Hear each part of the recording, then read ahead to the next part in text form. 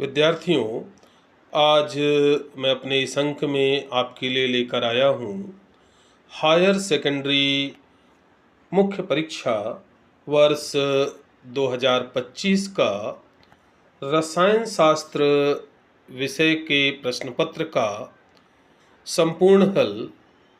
तो हम बात करेंगे कि इस वर्ष जो प्रश्न पूछे गए उनके सही और सटीक उत्तर क्या होंगे या क्या हैं। तो हम इसके लिए आपके साथ बात करने जा रहे हैं रसायन शास्त्र के सेट बी के माध्यम से हम बात करेंगे। तो सेट से तो कोई फ़र्क पड़ता नहीं है क्योंकि प्रश्न सभी सेटों में वही रहते हैं। तो हम सेट बी के माध्यम से देखने जा रहे हैं कि इस वर्ष के प्रश्न पत्र में जो प्रश्न हैं उनके सही उत्तर क्या हैं। तो पहला प्रश्न था सत्य या असत्य लिखिए।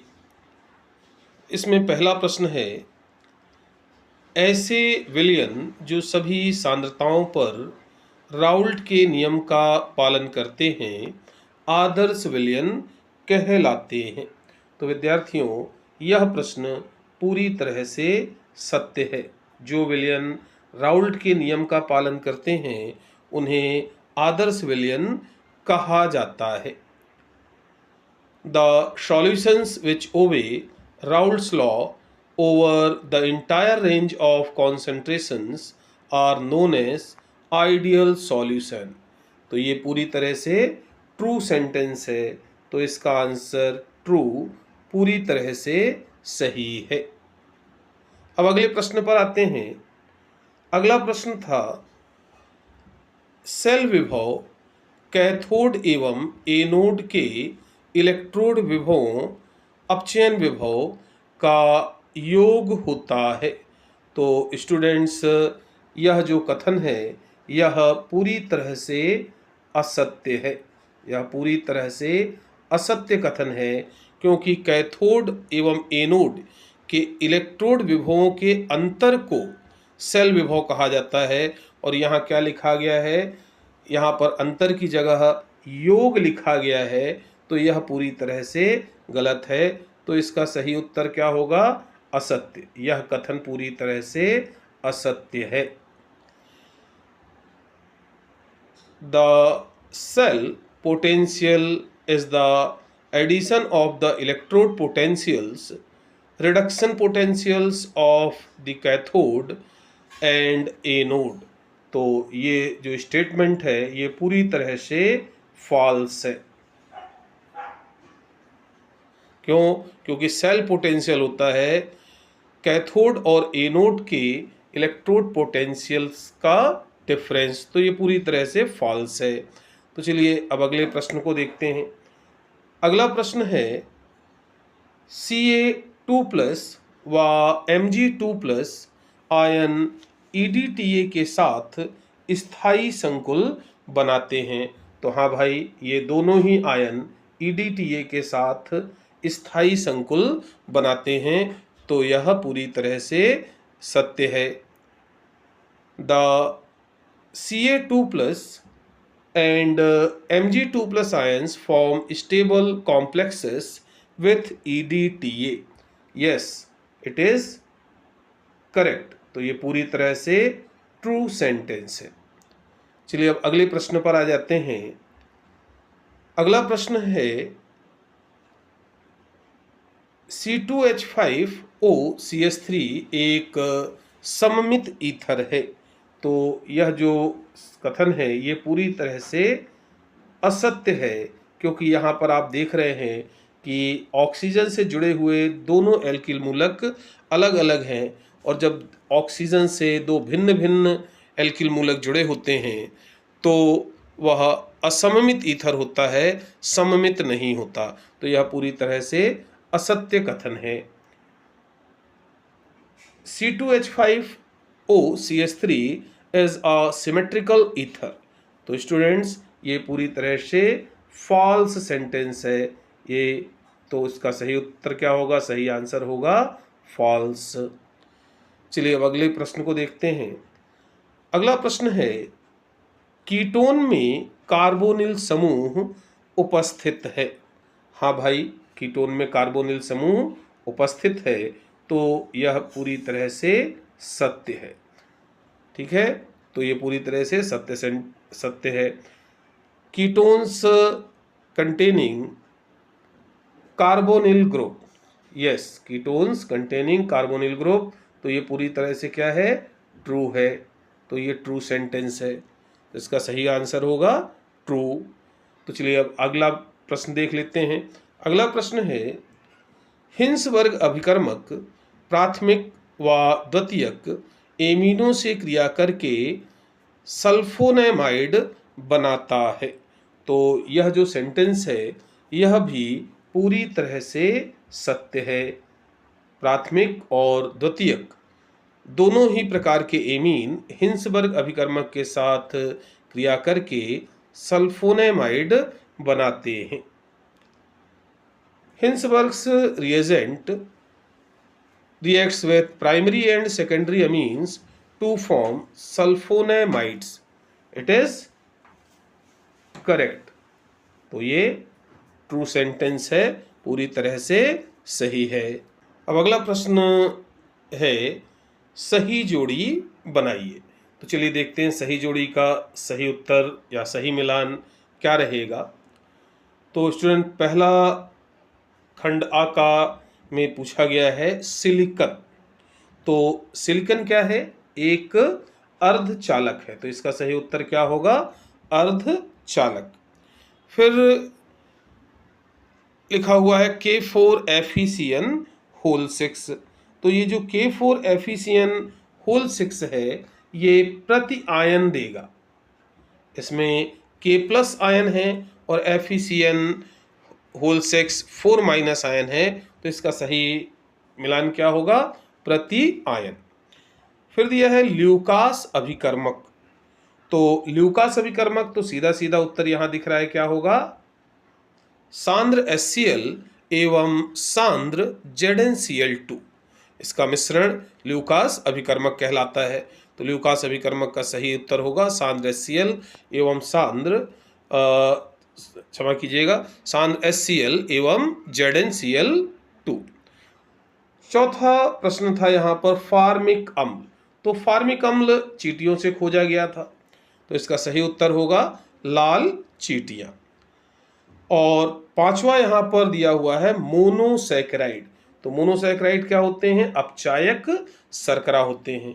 तो सिलिकॉन का होगा अर्धचालक, K4FeCN6 का होगा प्रत्यायन, ल्यूकास अभिकर्मक है सांद्र HCl एवं ZnCl2, फार्मिक अम्ल लाल चींटियां और मोनोसैकेराइड का अपचायक शर्करा। तो इसी प्रकार से इंग्लिश मीडियम के स्टूडेंट्स के लिए भी सेम आंसर्स रहेंगे। सिलिकॉन सेमीकंडक्टर है, K4FeCN6 काउंटर आयंस देगा, Lucas reagent concentrate HCl and ZnCl2, formic acid red ants and monosaccharide का आंसर होगा रिड्यूसिंग शुगर्स। तो इस प्रकार से यदि आपने मैचिंग्स की हैं तो ये पूरी तरह से सही हैं, इसमें कोई भी संभावना गलत की नहीं है, ये पूरी तरह से सही होंगी। अगला प्रश्न लेते हैं, एक शब्द वाक्य में उत्तर लिखिए। आप एक शब्द में भी उत्तर लिख सकते हैं और एक वाक्य में भी उत्तर लिख सकते थे। आपने चाहे एक शब्द में लिखा हो या फिर एक वाक्य में लिखा हो, दोनों ही तरह से लिखने पर उत्तर आपके सही होंगे, आपको पूर्ण अंक मिलेंगे। तो चलिए बात कर लेते हैं इनके सही उत्तरों की, इनके सही आंसर्स क्या होंगे, उत्तर क्या होंगे। पहला प्रश्न है, अति चालक की चालकता का मान लिखिए। तो दोस्तों, अतिचालक पदार्थ उन्हें कहा जाता है जो विद्युत धारा के चालन के मार्ग में कोई भी रुकावट या बाधा उत्पन्न नहीं करते, अर्थात जिनमें प्रतिरोध शून्य होता है। और चालकता प्रतिरोध का व्युत्क्रम होती है, और शून्य का व्युत्क्रम क्या होगा? अनंत। तो अति चालकता का मान क्या होगा? अनंत। तो इसका सही उत्तर होगा अनंत। दूसरा प्रश्न है, पोटेशियम डाइक्रोमेट का रासायनिक सूत्र लिखिए। तो पोटेशियम डाइक्रोमेट का रासायनिक सूत्र क्या है? K2Cr2O7। ये पोटेशियम डाइक्रोमेट का रासायनिक सूत्र हो गया। तीसरा प्रश्न, NiCO4 में केंद्रीय धातु परमाणु लिखिए। तो यहाँ पर सीधा सीधा दिख रहा है केंद्रीय धातु परमाणु क्या है? Ni। तो आपका आंसर उत्तर हो जाएगा Ni। चौथा प्रश्न यहाँ पर है, Ri, Rf, Rbr, Rcl alkyl हैलाइडों को क्वथनांकों के घटते क्रम में लिखिए। तो दोस्तों यहाँ पर क्वथनांकों का घटता क्रम क्या होगा? Ri, Rbr, फिर Rcl और फिर Rf। ये क्वथनांकों का सही घटता क्रम रहेगा। चलिए अगला प्रश्न देखते हैं। अगला प्रश्न है, पुरुषों में आवाज में भारीपन के लिए उत्तरदायी हार्मोन का नाम लिखिए। तो पुरुषों में आवाज के भारीपन आदि लक्षण नियंत्रित होते हैं टेस्टोस्टेरॉन से। टेस्टोस्टेरॉन नामक हार्मोन से नियंत्रित होते हैं। तो इसका सही उत्तर क्या होगा? टेस्टोस्टेरॉन। तो चलिए अब इंग्लिश मीडियम के विद्यार्थियों के लिए हम अपने उत्तर देखते हैं। तो पहला प्रश्न यहाँ पर था, right the value of conductivity of superconductors. तो इसका उत्तर क्या हो जाएगा? इनफाइनाइट। इनफाइनाइट इसका सही उत्तर है। Right the chemical formula of potassium dichromate. तो इसका सही उत्तर हमारा K2Cr2O7। Right the central metal ion in NiCO4। तो इसका सही आंसर क्या होगा? Ni कॉम्प्लेक्स में दिख ही रहा है। फिर फोर्थ था, right alkyl halides Ri, Rf, Rbr, Rcl in decreasing order of boiling points. Then decreasing order is Ri, then Rbr, then Rcl और फिर एक ही बचा Rf। तो ये डिक्रीजिंग ऑर्डर होगा हैलाइड्स का। और यहाँ पर पांचवा प्रश्न था, right the name of hormone which is responsible for deep voice in males. तो मेल्स में डीप वॉइस के लिए और दूसरे मेल कैरेक्टर्स के लिए मेन इंपॉर्ट हार्मोन कौन सा होता है? टेस्टोस्टेरॉन। तो इसका सही आंसर क्या रहेगा? टेस्टोस्टेरॉन। तो स्टूडेंट्स यदि आपने इस प्रकार उत्तर लिखे हैं तो आपके ये उत्तर पूरी तरह से सही रहने वाले हैं, उसमें किसी भी प्रकार की शंका नहीं है। चलिए स्टूडेंट्स अब देखते हैं, सही विकल्प चुनकर लिखिए। तो इसमें पहला प्रश्न था, दो या दो से अधिक अवयवों का समांगी मिश्रण है। तो दोस्तों दो या दो से अधिक अवयवों का समांगी मिश्रण क्या कहलाता है? विलयन। तो इसका सही उत्तर विलयन है। दूसरा प्रश्न था, वेग बराबर के a⁴1/2 b⁴3/2 व्यंजक में अभिक्रिया की कोटि होगी। तो अभिक्रिया की कोटि के लिए क्या करते हैं? जो वेग समीकरण है उसमें क्रियाकारकों की घातों को जोड़ते हैं। तो इसका सही उत्तर क्या होगा? 2। चलिए अब अगला प्रश्न देखते हैं। अगला प्रश्न है, संक्रमण तत्व है। तो यहाँ पर संक्रमण तत्व सीधा दिख रहा है टाइटेनियम। टाइटेनियम संक्रमण तत्व है। अगला प्रश्न, बेंजल्डिहाइड है। तो बेंजल्डिहाइड का सही सूत्र बिल्कुल सामने ही आपको दिख रहा होगा, कोई भी घुमाव फिराव नहीं है, C6H5CHO। तो इसका सही उत्तर है C6H5CHO। सी वाला उत्तर सही है। फिर पांचवा प्रश्न यहाँ पर है, पांचवा प्रश्न है एथेन 1,2 डाइएमीन है। तो आप ये देखिए, पहला ही जो विकल्प है वो सही होगा। यहाँ 2 कार्बन है, 1 2, और दोनों पर 2 एमीन जुड़े हैं, तो इसका सही उत्तर है ऑप्शन ए। एथेन 1,2 डाइएमीन है, इसका सही उत्तर है ऑप्शन ए। फिर पांचवा प्रश्न यहाँ पर दिया गया है, कोशिकाओं के मध्य संदेशवाहक का कार्य करते हैं। तो कोशिकाओं के मध्य संदेशवाहक का कार्य कौन करता है? हार्मोन। तो इसका सही उत्तर क्या होगा? सी, हार्मोन। चलिए अब अपने इंग्लिश मीडियम स्टूडेंट्स के लिए भी आंसर्स देख लेते हैं। तो स्टूडेंट्स, फर्स्ट क्वेश्चन था choose and write correct options का। Homogenous mixture of 2 or more than 2 components is, then homogeneous mixtures of 2 or more than 2 components is solution. So option A is correct.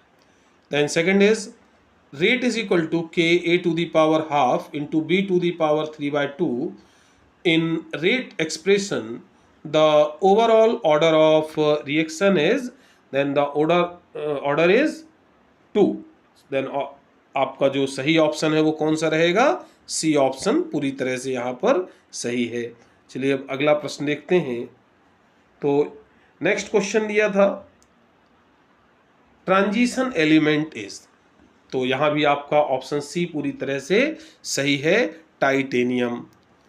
Benzaldehyde is question number 4, benzaldehyde is, तो यहाँ पर देखिए सीधा formula दिख रहा है option C, C6H5CHO। तो इसका सही आंसर C6H5CHO ही है। Next question number 5, ethane 1,2 diamine is, तो यहाँ पर भी आप देख रहे हैं 2 कार्बन और दोनों से NH2 अटैच है यहाँ पर। तो सही ऑप्शन क्या होगा answer? Ethane 1,2 diamine is NH, option A, NH2CH2CH2, NH2 is correct answer. तो ए वाला आंसर यहाँ पर पूरी तरह से सही है। और 6 क्वेश्चन यहाँ पर दिया था, molecules that act as intercellular messengers are, then intercellular messengers are hormones. तो यहाँ भी ऑप्शन सी पूरी तरह से सही होगा। तो स्टूडेंट्स, यदि आपने इन ऑप्शंस को टिक किया है, ये ऑप्शंस लिख के आए हैं, तो आपके आंसर्स पूरी तरह से सही है, इसमें 1% भी डाउट नहीं है और आपको पूरे अंक मिलने वाले हैं। चलिए स्टूडेंट्स, अब बात कर लेते हैं रिक्त स्थानों की पूर्ति कीजिए, इस सेट का 5वां प्रश्न। तो पहला प्रश्न है इसका, 1 लीटर 1 क्यूबिक डेसीमीटर विलयन में घुले हुए विलेय के मूलों की संख्या को उस विलयन की खालिस्तान कहते हैं। तो क्या कहते हैं? उस विलयन की मोलरता कहते हैं। तो यहाँ पर सही आंसर आएगा मोलरता। तो इसका सही उत्तर है मोलरता। दूसरा प्रश्न, प्रथम कोटि अभिक्रिया के वेग स्थिरांक की इकाई है। तो प्रथम कोटि की अभिक्रिया के लिए वेग स्थिरांक की इकाई क्या होती है? प्रथम कोटि अभिक्रिया के लिए वेग स्थिरांक की इकाई है सेकंड इनवर्स, है ना। समय इनवर्स, सेकंड इनवर्स, सामान्यतः सेकंड इनवर्स लिखी जाएगी, सेकंड की घात ऋण 1। तीसरा प्रश्न था, फेहलिंग अभिकर्मक में 2 विलयन फेहलिंग विलयन ए व खाली स्थान होते हैं। तो यहाँ पर चूंकि देखिए यहाँ क्या लिखा है, फेहलिंग विलयन ए, तो यहाँ खाली जगह जो है, खाली स्थान जो दिया हुआ है, उसमें आपका सही उत्तर लिखा जाएगा, क्या लिखना चाहिए? तो यहाँ पर सही उत्तर होगा फेहलिंग बी, है ना। तो यहाँ पर सही आंसर आएगा फेलिंग बी। तो सही उत्तर है फेलिंग बी। और स्टूडेंट जैसा कि आपको याद होगा, फेलिंग बी क्या होता है? सोडियम पोटेशियम टार्ट्रेट अर्थात रोसेल लवण का विलयन होता है। चौथा प्रश्न खाली स्थान में था, निम्नतर एलिफैटिक एमीन खाली स्थान गंध वाली गैसें हैं। तो निम्नतर एलिफैटिक एमीन मत्स्य मतलब मछली के समान गंध वाली गैसें होती थी। यहां पर खाली स्थान में आपका क्या आना था? मत्स्य। मत्स्य उत्तर पूरी तरह से सही है। चलिए अगले प्रश्न की बात कर लेते हैं। तो अगला प्रश्न था यहाँ पर, ग्लूकोज प्रकृति में मुक्त अथवा, तो यहाँ पर मुक्त दिया है तो अथवा में क्या है? संयुक्त। तो यहाँ पर आपका सही उत्तर क्या है? संयुक्त। आपको यहाँ लिखना था संयुक्त अवस्था में मिलता है, तो इसका सही उत्तर संयुक्त रहेगा। अब पांचवा प्रश्न था आपका या, और छठवां प्रश्न जो आप यहां देख रहे हैं क्या है? यदि तीसरा एमिनो अम्ल डाइपेप्टाइड से संयोग करता है तो उत्पाद, यदि दो जुड़ चुके हैं और तीसरा जुड़ रहा है तो उत्पाद क्या कहलाएगा? ट्राइसैकेराइड। ट्राइपेप्टाइड, सैकेराइड नहीं, ट्राइपेप्टाइड। तो यहां पर खाली स्थान में क्या आना था? ट्राइपेप्टाइड। तो इसका सही उत्तर रहेगा ट्राइपेप्टाइड। तो ये रहे आपके खाली स्थान के सही उत्तर। चलिए अब इंग्लिश मीडियम के स्टूडेंट्स के लिए भी हम बात कर लेते हैं। आंसर्स तो वही रहने वाले हैं, बस भाषा लैंग्वेज का डिफरेंस है। तो देखिए, fill in the blanks. The number of moles of solute dissolved in 1 litre or 1 cubic decimeter of solution is defined as. So number of moles of solute in per liter solution is called molarity. Then correct answer is molarity. तो यहां पर आपका सही answer होगा molarity. Second question is, यहां fill in the blanks में second question पूछा गया था, the unit of first order rate constant is, then the unit of first order rate constant is second inverse. तो इसका सही आंसर क्या था? सेकंड इनवर्स, है ना। तो चाहे आप फुल लिखें या एस इनवर्स लग के आए हों, दोनों ही आंसर्स आपके पूरी तरह से सही रहेंगे, उसमें कोई शंका नहीं है। चलिए अब अगले प्रश्न की बात कर लेते हैं। तो यहाँ अगला प्रश्न क्या दिया था? Fehling reagent compresses of 2 solutions, Fehling solution A and, तो यहाँ पर क्या दिया हुआ है? फेहलिंग सॉल्यूशन ए। तो आपका एंड, तो यहाँ पर आपका सही आंसर होगा Fehling solution B. Correct answer is Fehling solution B. यहां पर सही उत्तर आना था फेहलिंग सॉल्यूशन बी। और आपको भी याद होगा कि फेहलिंग सॉल्यूशन क्या होता है? Fehling solution B sodium potassium tartrate, that mean Rochelle salt का यह सॉल्यूशन होता है। खैर यहां पर आपको केवल फेहलिंग बी लिखना था, आपको सोडियम पोटेशियम टार्ट्रेट या रॉसेल सॉल्ट लिखने की आवश्यकता नहीं थी। यहाँ पर आपको लिखना था कि फेहलिंग सॉल्यूशन फेहलिंग ए और फेहलिंग बी का मिक्सचर होता है। तो Fehling solution B is the correct answer. Then fourth question is, the lower aliphatic amines are gaseous gases with, तो यहाँ पर क्या होगा? इनकी स्मेल कैसी होती है? और फिशी, तो यहाँ पर आपका आंसर आना था fishy. The lower aliphatic amines are gaseous with fishy order, तो ये फिशी ऑर्डर होते हैं। देन फिफ्थ क्वेश्चन था, glucose occurs freely in nature as well as in the, तो freely as well as in the combined form, तो यहां पर आपका क्या आना था आंसर? कंबाइंड। तो आपका सही आंसर था यहां पर कंबाइंड फॉर्म। तो कंबाइंड फॉर्म यदि आपने कंबाइंड लिखा है तो यह पूरी तरह से सही उत्तर था। और यहाँ पर छठवां जो प्रश्न दिया था वो था 6th question, if third amino acid combines to a dipeptide the product is called, तो टू ऑलरेडी कंबाइन हो चुके हैं और जब उससे थर्ड कंबाइन होगा तो क्या बनेगा, ट्राईपेप्टाइड। 2 ऐड होते हैं तो डाईपेप्टाइड, 3 ऐड हो गए तो क्या हो गया, ट्राईपेप्टाइड। तो करेक्ट आंसर इज ट्राईपेप्टाइड। तो स्टूडेंट्स यदि आपने ये आंसर्स लिखे हैं अपने ऑब्जेक्टिव्स के, वस्तुनिष्ठ के, तो ये पूरी तरह से सही हैं और आपको पूरे अंक मिलेंगे, इसमें कोई भी शंका नहीं है। तो स्टूडेंट्स वस्तुनिष्ठ के अलावा जो हमारे अन्य प्रश्न थे वह भी इस वर्ष काफ़ी सरल पूछे गए थे।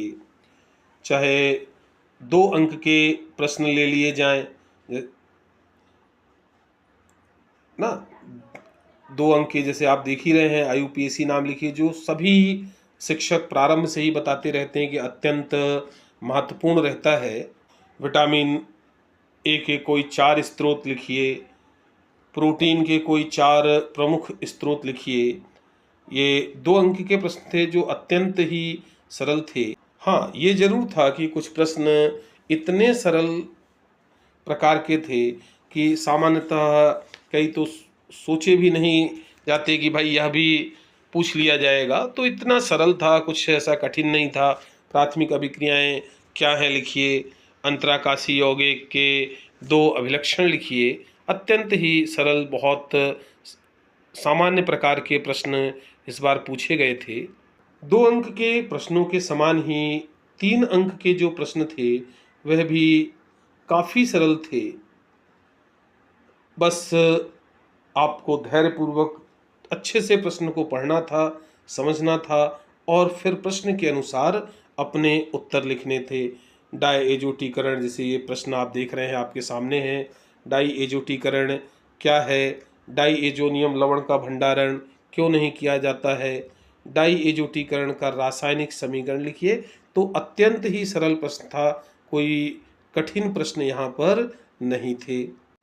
और अब यदि हम 4 अंक के प्रश्नों की बात करें तो यह भी तो अत्यंत ही सरल आए थे, क्योंकि बाकी प्रश्नों में तो थोड़ा सा नवीनता थी, नए प्रकार के प्रश्न थे 2 नंबर के और 3 नंबर के। लेकिन 4 अंक वाले जो प्रश्न थे वह पूरे के पूरे वही पुराने प्रकार से और पुराने ही प्रश्न पूछे गए थे जो आज से पहले भी आते रहे हैं।